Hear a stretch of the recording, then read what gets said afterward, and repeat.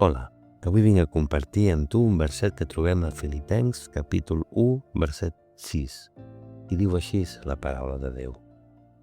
Estic segur també d'una cosa, que aquell qui va començar amb vosaltres la lloable empresa l'anirà conduint a bon terme fins al dia de Jesucrist.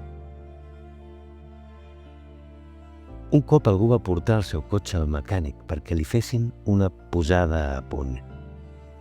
Aquest cotxe venia molt brut, amb els pneumàtics gastats d'haver recorregut moltes carreteres i visiblement malmès, ja que la carrosseria estava deteriorada pels cops d'una mala conducció. El mecànic, en rebre el cotxe, em va fer una valoració visual de les despeses i tots dos van veure que la reparació era massa costosa.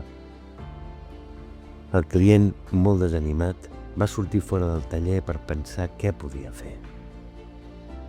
Minuts després, el mecànic va tenir una idea genial i va anar a parlar amb el propietari del taller.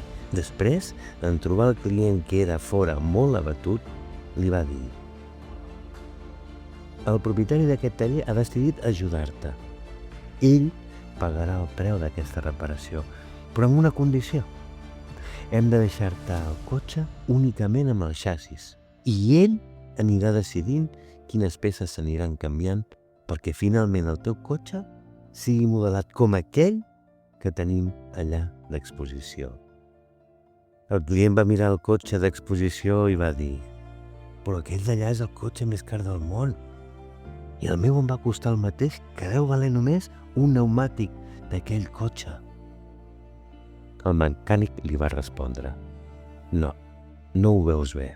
El teu cotxe és com aquell model d'allà. L'únic que ha passat és que tu has cregut que conduïes un model diferent. Temps després, el nostre client va tornar al taller i es va trobar amb el propietari del taller, amb el seu vehicle tapat i a punt de llogar-li.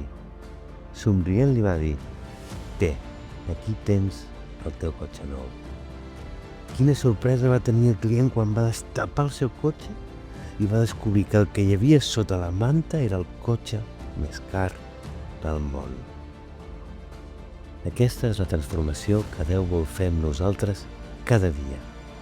Anar traient tot allò que ens allunya del disseny original i anar introduint canvis, de vegades petits i altres vegades grans, amb la finalitat que siguem iguals a aquell que és perfecte, Jesús de Natzaret. Que tinguis un dia molt beneït.